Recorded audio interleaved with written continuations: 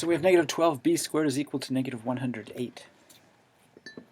Okay, so I'm going to screenshot that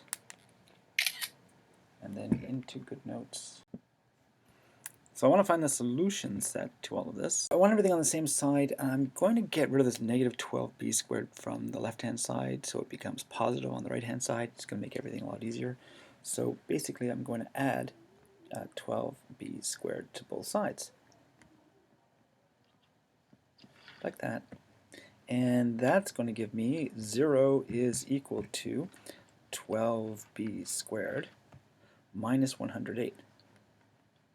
Okay, and then I can see that like 12 goes into 12 and 12 goes into 108 9 times. Okay, so I'm going to divide both sides by 12, like so. So divide this term by 12, divide all the terms by 12, and look what we end up getting. We end up getting 0, because 0 divided by 12 is 0, is equal to 1b squared, or just b squared, take away 9. So we have a nice difference of squares, because b squared is a perfect square and 9 is a perfect square, and we're taking the difference.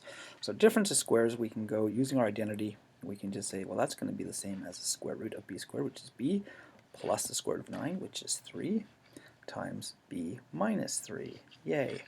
Okay, so then we notice that, look, hey, this bracket times that bracket is 0. That means the first bracket is sometimes equal to 0, and the last bracket must be solved for that. So I'm just going to break that into two parts and say b plus 3 is equal to 0. I want to subtract 3 from both sides, so b is equal to negative 3. And over here we have b minus 3 is equal to 0. And then to get rid of that negative 3, I'm going to add 3 to both sides, so b is equal to 3.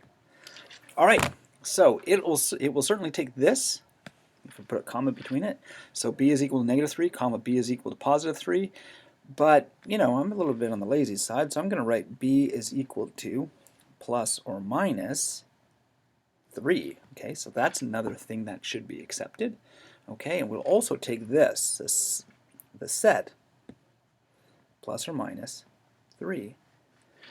Okay, so it will take all three of these. Okay, so it will take this as an answer. It will take b is equal to plus or minus 3 as an answer. It will take the set, plus or minus 3. Okay, it will also take this, negative 3, comma 3 as a solution set as well. So all four of these are acceptable answers.